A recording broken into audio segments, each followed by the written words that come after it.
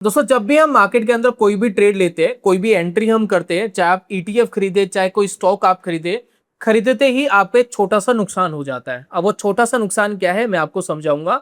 आज की video important इसलिए है क्योंकि आज की वीडियो के अंदर वो जो छोटा सा नुकसान होता है उसकी जगह ट्रेड लेते ही आपका एक बड़ा प्रॉफिट बुक हो जाएगा। एक स्ट्रेटेजी मैं आपके साथ शेयर कर रहा हूं कि अगर आपने कोई ट्रेड लिया इस स्ट्रेटेजी से तो आपको एक प्रॉफिट कंफर्म्ड मिलने वाला है। वो दोस्तों मिलेगा ही मिलेगा। अब वो कैसे होगा इस वीडियो के अंदर मैं समझाऊंगा। तो चलिए शुरू करते हैं। सबसे पहले एज को समझते हैं। तो स्क्रीन के ऊपर दोस्तों नोटिस करना, मैंने यहाँ पर एक फ्यूचर लिया हुआ है वेदांता का। कोई बाइंग एंड कोई सेलिंग रिकमेंडेशन नहीं है, सिर्फ एजुकेशन पर्पसेस के लिए मैं कुछ आपको डाटा दिखा रहा हूं। प्लस ध्यान देना, मान लेते हैं कि वेदांता मुझे यहां से लगता है कि ऊपर जा सकता है, सिर्फ हमने एजम्पशन ली है, कोई एनालिसिस कुछ भी नहीं है। मान लेते हैं कि वेदांता यहां से ऊपर जा सकता है और मैं फ्यूचर के अंदर इसको बाय करना चाहता हूं, या मैं वेदांता के शेयर कैश मार्केट में भी जितनी क्वांटिटी में चाहे ले सकता हूं। तो मान लेते हैं कि मुझे फ्यूचर लेना है, ठीक है। तो मैंने दोस्तों यहां पर बाय के बटन पे क्लिक करा। बाय के बटन पे क्लिक करने के बाद मैं इसको ओवरनाइट पे डालता हूं और ओवरनाइट पे डालने के बाद प्राइस ब्रेकअप पर जाता हूं। प्राइस ब्रेकअप पर अगर आप नोटिस करेंगे तो आपको एक नुकसान हो जाता है। पहला नुकसान क्या है? ब्रोकरेज। किसी भी ब्रोकर के पास जाएंगे वो अपनी ब्रोकरेज लेगा। तो यहां पर आप देख रहे हैं 20 रुपीज आपका ब्रोकरेजेस लगने वाला है, ठीक है। उसके बाद देखिए कुछ आपको चार्जेस लग रहे हैं, ट्रांजेक्शन कॉस्ट आपकी लग रही है, ठीक है। उसके बाद जीएसटी लग रहा है, उसके बाद सेबी के चार्जेस है, उसके बाद स्टैंप ड्यूटी है, उसके बाद इन्वेस्टर प्रोटेक्शन फंड है, उसके अंदर पैसा चले जाता है। कुल मिलाकर के 41 रुपीज आपका चला गया। तो ट्रेड लेते ही पहला नुकसान क्या हो गया? 41 रुपए का। अब आपका शेयर ऊपर जाए या ना जाए, ये 41 रुपए तो आपकी जेब से जाने वाले हैं, पहला नुकसान। दूसरा, मान लेते हैं कि अगर आपके इस ट्रेड को यहीं पर एग्जिट करना है, आपको इसको होल्ड नहीं करना है, आपने ना तो कोई पैसा कमाया ना कोई पैसा गवाया, जहां खरीदा वहीं की वहीं अगर आपने शेयर को बेच दिया तो आपको क्या होगा? एक एग्जिट कॉस्ट भी आपकी लगेगी। और वो एग्जिट कॉस्ट क्या है वो जरा यहां पर देख लीजिए। यहां पर देखिए 20 रुपए ब्रोकरेज का वापस लगेगा, ठीक है। इसके बाद देखिए ट्रांजेक्शन कॉस्ट लगेगी, उसके बाद एसटीडी चार्ज लगेगा जो 176 रुपीज है। उसके बाद देखिए जीएसटी लगेगा 5 रुपए, सेबी का चार्जेस है 0.35 और इन्वेस्टर प्रोटेक्शन जो फंड है उसमें एक पैसा जाता है 0.35, ठीक है। तो कुल मिलाकर के 210 रुपए ये लगे। तो मैं दोनों को अगर प्लस कर दूं तो यहाँ पर 250 रुपए का चार्जेस हो गया। आपने जहां खरीदा वहीं का वहीं बेच दिया, कोई पैसा नहीं कमाया, 250 रुपए आपकी जेब से चले गए। इसी को दोस्तों मैं कहता हूं नेगेटिव एज, यानी ट्रेड लेते ही आप मार्केट में नुकसान करते हैं, वो नुकसान यही होता है। अभी आपको ये बहुत ज्यादा इंपैक्ट नहीं लगेगा, लेकिन जब साल भर में 100 ट्रेड आप ले लोगे या 150 ट्रेड आप ले लोगे तो मल्टीप्लाई करके देखना, आपको पता लगेगा कि कितना हार्म ये करता है। मान लेते हैं मैंने एक साल में 100 ट्रेड लिए वेदांता के ऊपर, 250 रुपए मेरा लग रहा है, तो 25,000 रुपए का चार्ज आपका लगा साल भर में। तो 25,000 कम नहीं होता है। 25,000 रुपए कोई अगर हमें ऐसे ही दे दे तो कितना अच्छा लगेगा। तो ये होता है दोस्तों नेगेटिव एज। ट्रेड लेते ही मैं एक काम कर रहा हूं पिछले कुछ टाइम से, क्योंकि मार्केट एक ट्रेंड में नहीं चल रहा है। मार्केट नीचे जाता है ऊपर जाता है, नीचे जाता है ऊपर जाता है, और इस तरीके की मार्केट के अंदर ये जो चीज है बहुत अच्छे से काम करती है। ट्रेंडिंग मार्केट में भी अच्छे से काम करेगी। क्या है जरा इसको समझते हैं। ट्रेड लेते ही मैं आपको एक पॉजिटिव एज की स्ट्रेटेजी बता रहा हूं कैसे आप कर सकते हैं। मैंने निफ्टी 50 के ऊपर प्रैक्टिकली करा था। मैं एक बार चार्ट दिखाता हूं निफ्टी 50 का। देखिए निफ्टी 50 का जैसे ही मैं चार्ट लगाऊंगा, आपको याद होगा अभी निफ्टी ने रिसेंटली 24,000 का लेवल तोड़ा है, लेकिन आप देखेंगे पिछले कुछ टाइम पहले निफ्टी 24,000 के आसपास आया था, ठीक है। अब ये वाला लेवल आप देखिए जहां निफ्टी 24,000 के आसपास आया था, यही दोस्तों वो लेवल था जहां मुझे लग रहा था शायद अब की बार मार्केट ऊपर चले जाएगा, ठीक है। तो ये 24,000 के आसपास मैंने निफ्टी को खरीदा था पहले। मैं कोई लाइव अपनी पोजीशन के एनालिसिस नहीं दे रहा हूं, मैं हिस्ट्री के एनालिसिस आपके साथ शेयर कर रहा हूं। 24,000 का दोस्तों मैंने लेवल था और मैंने यहां पर 10 लाख रुपीस का ईटीएफ लिया था निफ्टी का, ठीक है।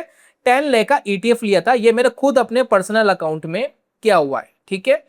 अब ये ईटीएफ दोस्तों मैंने ले लिया 10 लाख रुपए का। अब इससे हुआ क्या? अब मुझे ये डर था कि शायद मार्केट यहां पर रेजिस्टेंस ले ले, हो सकता है मार्केट यहां से ऊपर ना जाए। अब मैं करूं तो करूं क्या यहां पर, क्योंकि 24,000 पर मैंने ये लिया है तो जरूरी तो नहीं है ना मार्केट ऊपर जाएगा। तो यहां पर मेरे को एक नेगेटिव एज भी लग चुका है। भाई मैंने एक चीज खरीदी, उसका पैसा लगा, ट्रांजेक्शन कॉस्ट लगी, सब कुछ लगा। तो मैं चाहता हूं अगर मार्केट यहां से ऊपर ना जाए तो मैं ऑप्शंस का यूज करके मैं अपने लिए एक प्रॉफिट लॉकिंग कर लो। प्रॉफिट लॉकिंग का मतलब क्या है कि अगर मार्केट यहां से ऊपर नहीं जाता है तो मुझे एक सर्टेन अमाउंट, एक अमाउंट मुझे मार्केट से मिल जाए। अभी कैसे हुआ जरा इसको समझते हैं।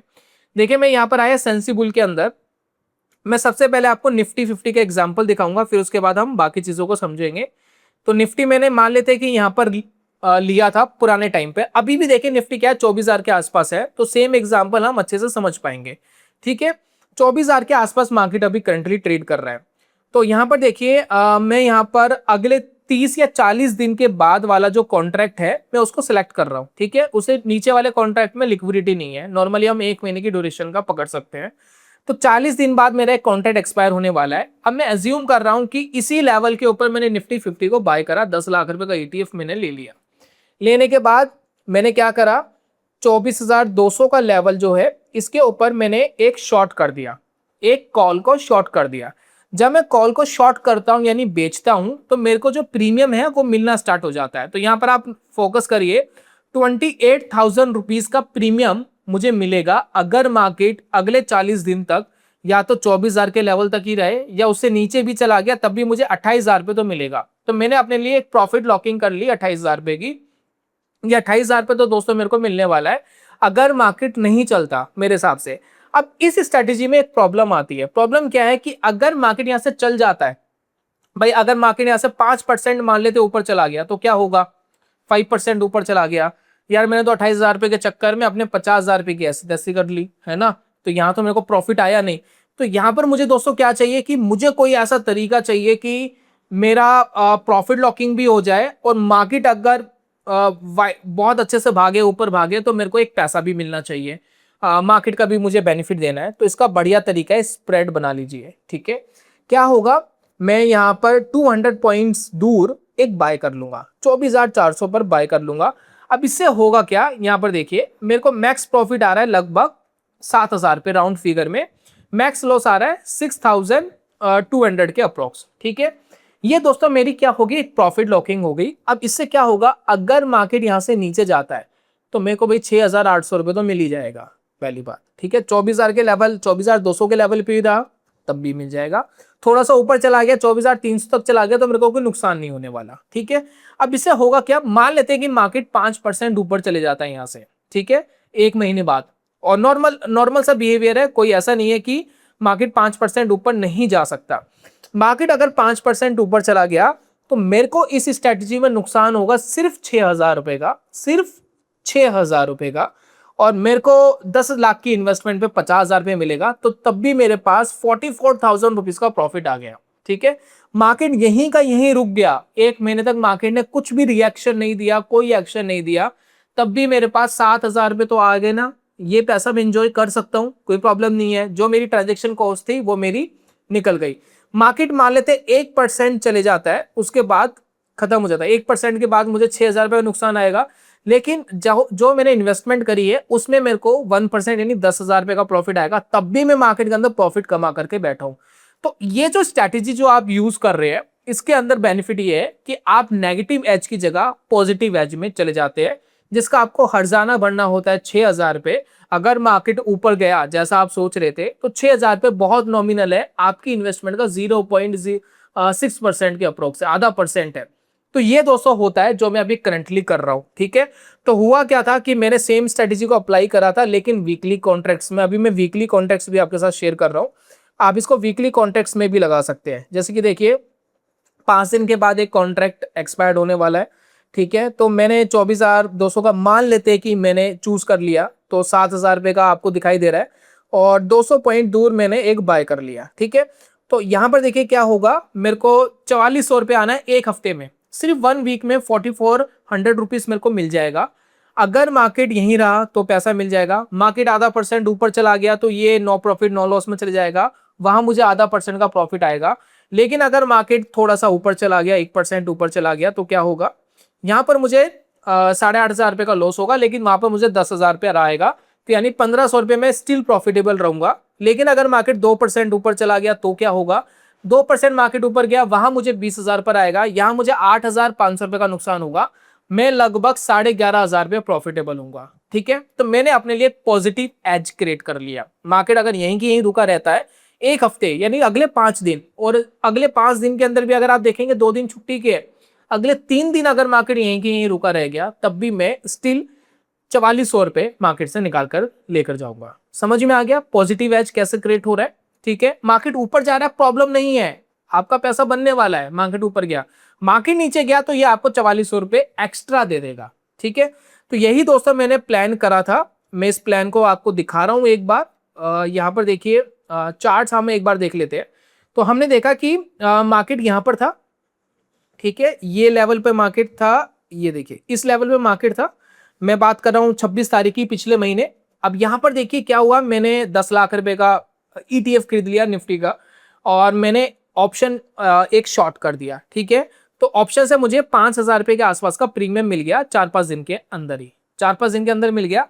मार्केट एकदम सडनली बहुत नीचे चला गया, मार्केट सडनली नीचे चला गया तो मैं कुछ कर नहीं सकता, क्योंकि ऊपर की तरफ के प्रीमियम बचे ही नहीं थे। 1,000-1,500 रुपए के प्रीमियम के लिए मैं ऊपर के लेवल पे बेचूंगा नहीं। ठीक है, क्योंकि मैंने 24,000 का खरीदा, 24,000 की अगर मैं कोई कॉल बेचूंगा तो कोई प्रीमियम मिल नहीं रहा था हफ्ते वाले में, तो मैं स्टिल वेट कर रहा था कि मार्केट जब ऊपर आएगी तब देखेंगे।